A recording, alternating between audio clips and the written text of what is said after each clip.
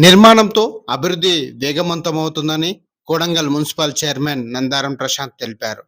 గురువారం కొడంగల్ మండల పరిధిలోని పోషమ్మ తాండాలో నూతనంగా నిర్మించిన గ్రామ పంచాయతీ ముందు సీసీ రోడ్డు పనులకు తాండా సర్పంచ్ మెగావత్ సునీత రాజుల సమక్షంలో శంకుస్థాపన చేశారు.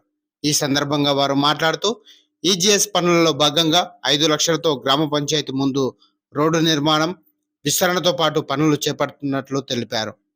ఈ రోడ్డు నిర్మాణ అనంతరం గ్రామ పంచాయతీ ప్రారంభోత్సవం చేపట్టనున్నట్లు కూడా వాళ్ళు చెప్పారు. ఈ పనులను నాణ్యతతో కూడిన పనులు త్వరితగతిన చేపట్టాలని అధికారులకు ఆదేశించారు.